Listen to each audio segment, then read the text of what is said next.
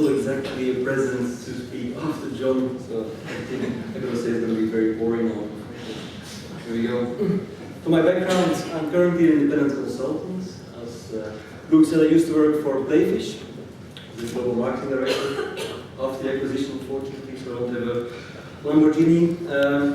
I already was at EA when the acquisition happened, so I worked at Pogo before. Pogo is actually a casual gaming portal of EA. Prior to EA, I worked in online gambling. Unibet.com was the head of marketing for Western Europe. I also worked in some more traditional advertising agencies in the beginning of my career. Currently, as a consultant, I'm working at Mojo, which is a social gaming studio in Paris, as an acting VP marketing. So we're going to talk today about gamification using game mechanics for marketing. Before we get there, I think it would be interesting to talk a little bit about the background. Like, why is gamification, why is social gaming suddenly so interesting, so popular amongst marketing people, agencies, and brands? I think this definitely has something to do with it. In the last 10, 11 years, the number of gamers, if you want, really exploded. If you look back in around 2000, when games were all about consoles, maybe PCs, feature phones to a certain extent, we had around 250 million people worldwide who were considered gamers. If you would basically look today at that number again, we're actually more than 1 billion people who are playing games. There's a couple of reasons for that.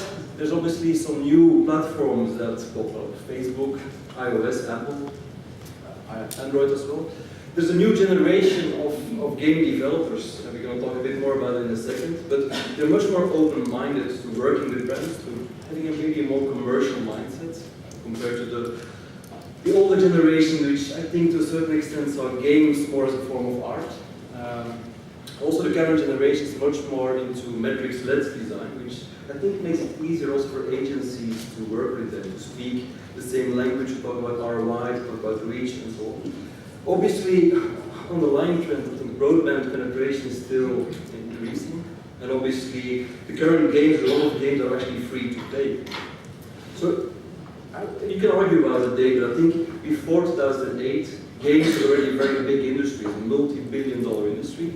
But it was kind of closed. Like, if you were not part of it, if you were not into developing software or hardware, if you were a brand or an agency, you were not really welcome. If you could maybe get like a billboard, virtual billboard in FIFA, but that's about it. No real studio would be very open to work with you. Another underlying trend is this. This is still, the entertainment is still very, very much growing in our society, and especially digital entertainment is still pretty much exploding, I think, is an underlying trend. People have still more time. In emerging markets, people also they get more and more spare time, free time, and part of it is spent on digital entertainment and games in particular. I mentioned this briefly. Freemium, free to play, is very important. While until very recently, games were quite expensive, 50 quid, 40 quid, 60 quid for a box in a shop. These days, you can actually play games for free. All the games, or almost every game on Facebook, is free to play. Some of them are funded by advertising. Quite a few actually are freemium. That basically means that the basic game is free, but if you want to move faster, if you want to buy better stuff than your friends, you can actually spend some real money to buy maybe more coins, more items in your game, to give your avatar more personal touch, and so on. But obviously, massively lowered the barrier to entry for a lot of gamers. So why should you, as marketing people, as agency people, care about this whole games industry? I think there's a couple of things. One is the amount of time spent on these games, primarily social games. 150 billion minutes are spent every month, or wasted every month, if you want, depending on your angle. That basically means an average of 10 minutes for everyone on this planet. Over a year, that's 3.4 million man-years spent on social games every time. Another reason why I think games, and especially social games, are quite important and relevant for marketing people is those games and those companies are at the forefront of new generation marketing. For a lot of companies and brands that we're talking here today, social media is interesting. It's something they test, they play with, to see how it impacts their revenues, their brand, their engagement, and so on. But for those companies, their business is on Facebook. If that doesn't work, if their social media campaigns don't work, they don't have users, they don't keep their users. So for them, it's really all about, this is their bread and butter, this is what they do, this is where they live. So all of these companies actually started, to a certain extent, the current revolution, if you want, in marketing. They were the ones thinking about gamification, social media, earned versus paid media, conversional, metrics-led design, and so on. So all the buzzwords, but again, it's not quite. As I mentioned before, the current generation of game developers is very, very open to working with brands. In effect, for a lot of companies, actually integrating brands in a clever and meaningful way into games has actually a lot of upside. One of the main reasons why people don't spend real money in online games is the trust element.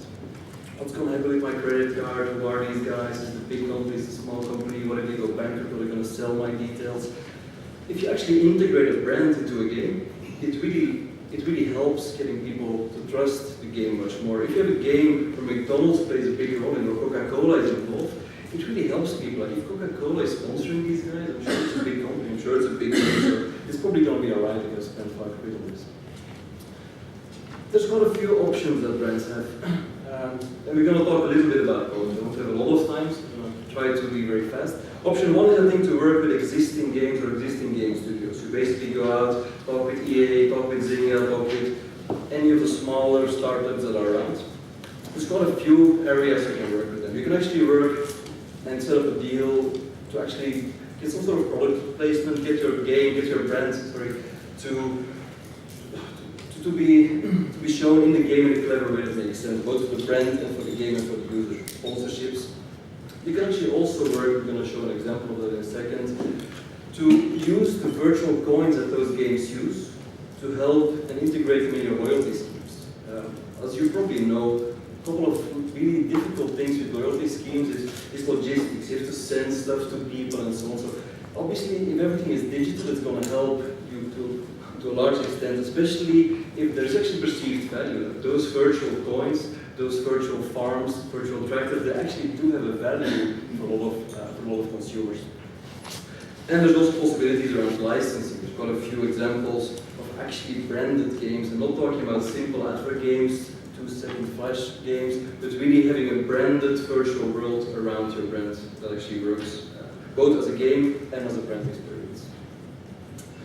The other solution is to actually try to understand how do these games work? Why are they so engaging? Why are there 1 billion people on this planet playing games? Like, what are the mechanics that actually drive this engagement and drive reach? That's what we call gamification. We're going to talk about that in a second. A couple of examples first about the first way of working. Two examples, both for Zynga. Zynga is the market leader in this space. They have around 270 million monthly active users on all their Facebook games. I'm sure you know Farmville, cultural phenomenon, currently number 3 game, 3 years after launch. Still today, 8 million people play Farmville every day, more than 2 years after it was launched. This is a US campaign where actually Citigroup, as I mentioned before, really used Zynga and Farmville and integrated them in a clever way in their loyalty scheme. They basically reached out to Zynga and said, like, hey guys, we have a lot of people collecting points. What can we do? How can you guys help us to redeem some of those points? We need to create a sync.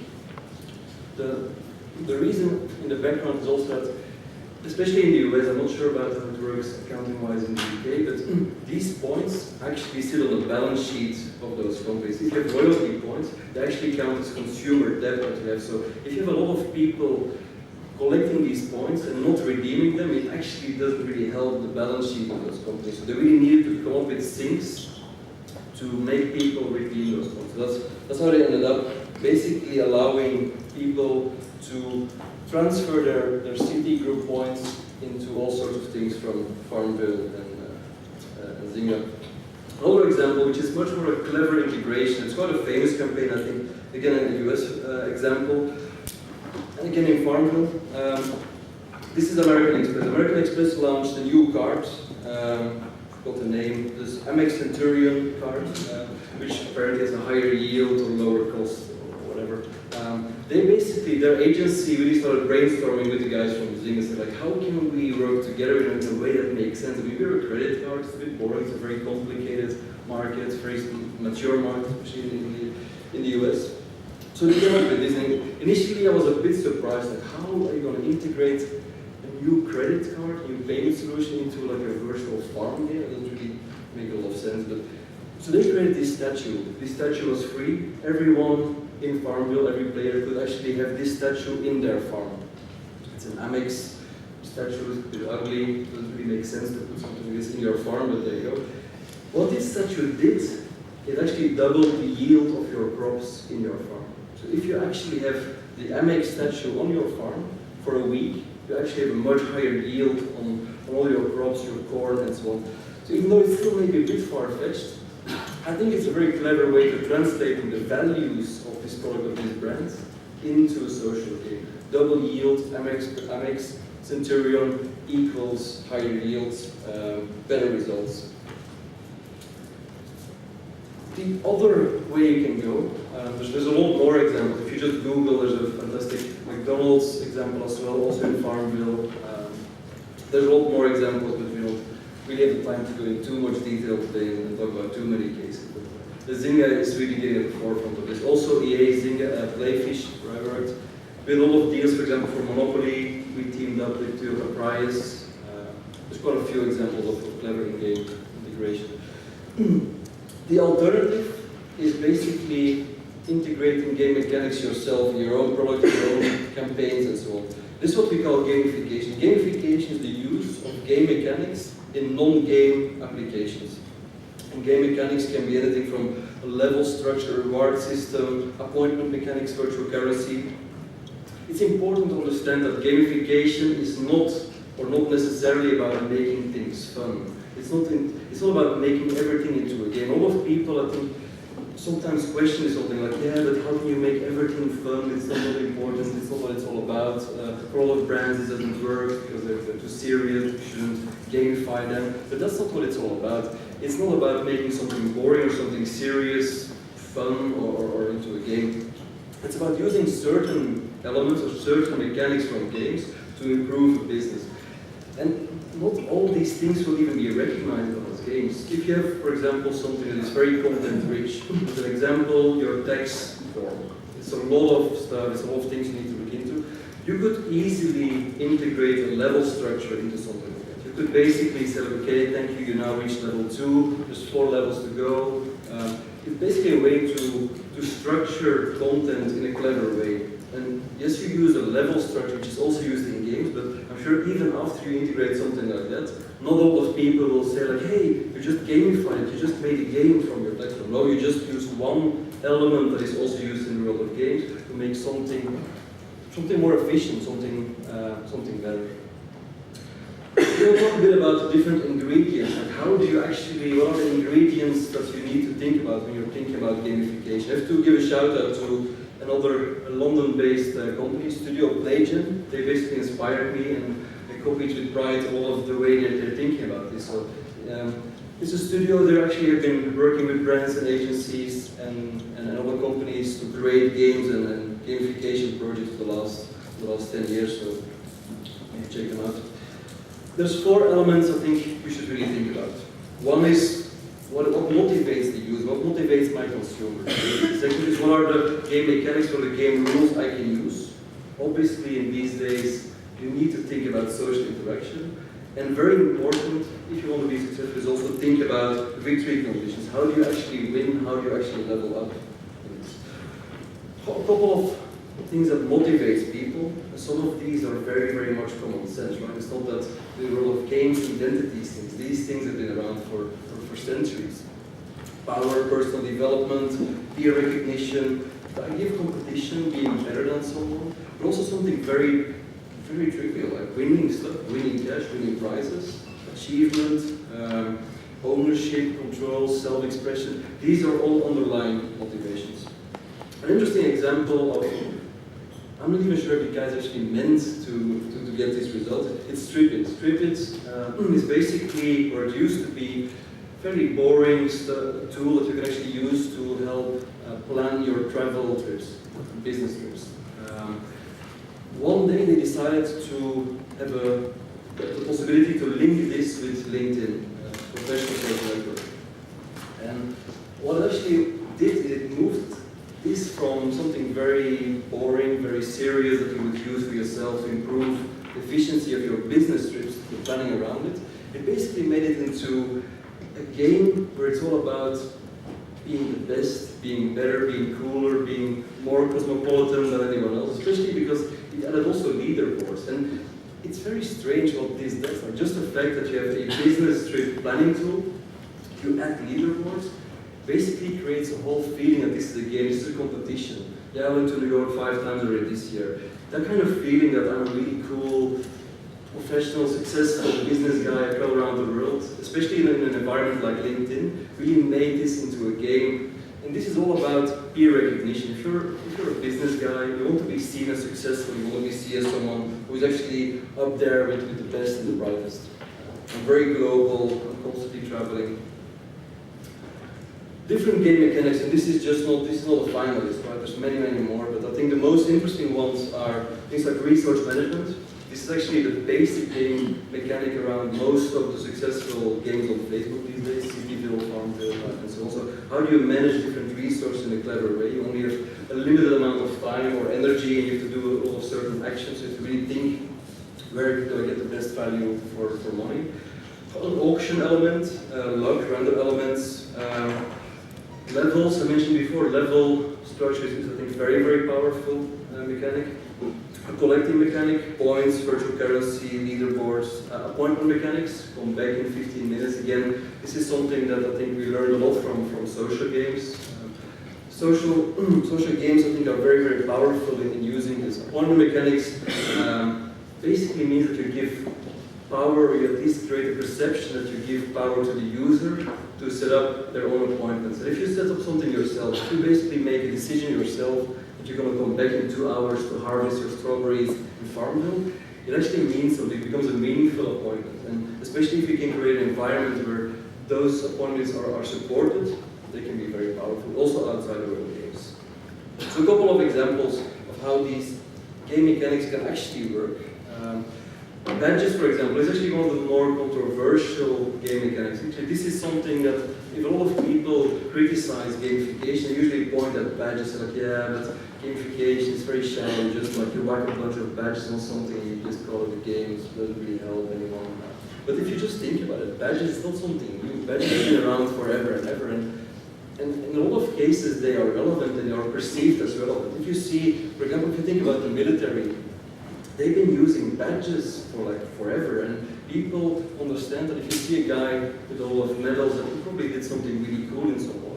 He is someone. This actually means something. You don't get these things for just being like some lowly soldier. This is someone who's probably a hero, a war hero. The same in karate or jiu-jitsu or any of the other sports.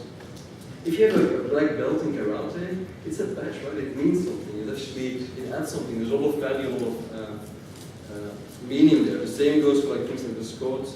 They also have a lot of badges that they use. These things work. You just need to make sure that you add enough context and meaning. You don't. If you have meaningless badges, if you just get a badge for everything you click on, you're probably not going to end up the same. People are not going to look at these badges in the same way as they look at the badges used by the military.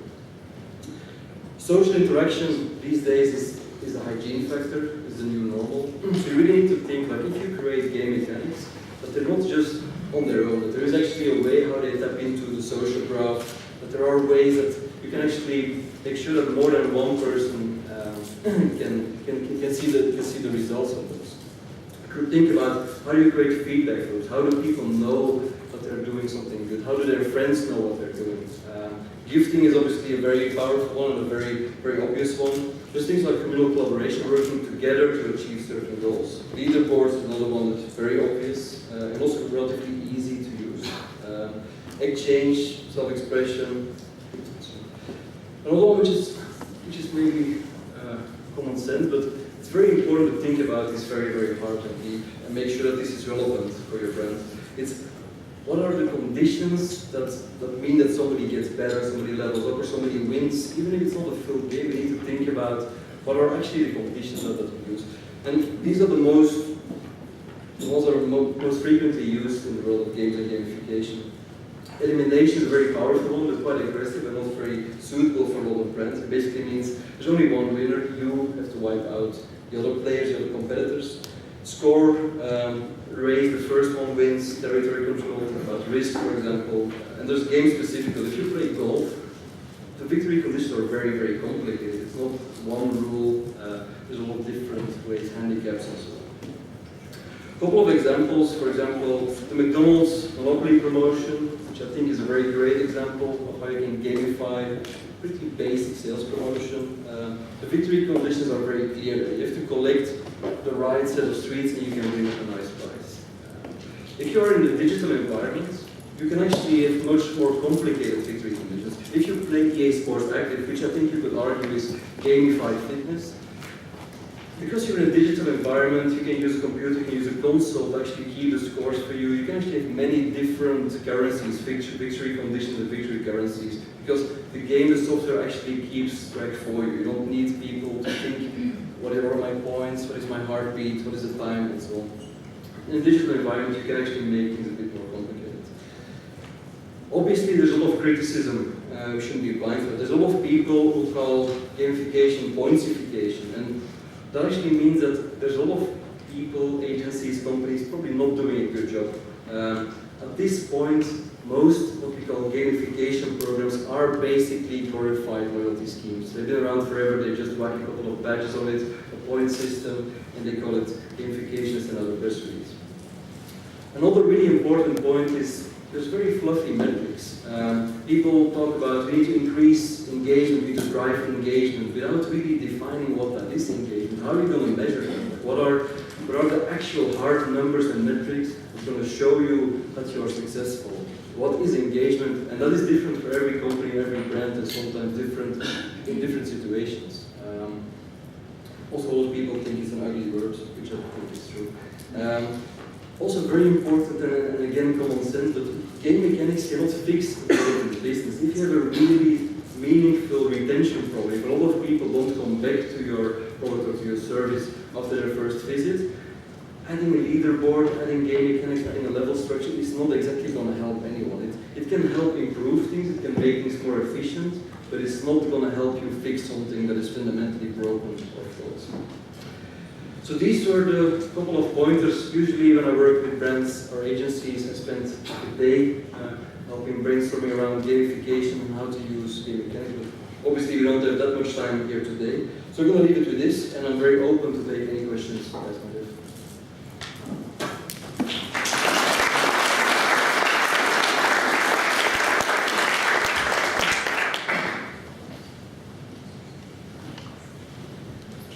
No questions?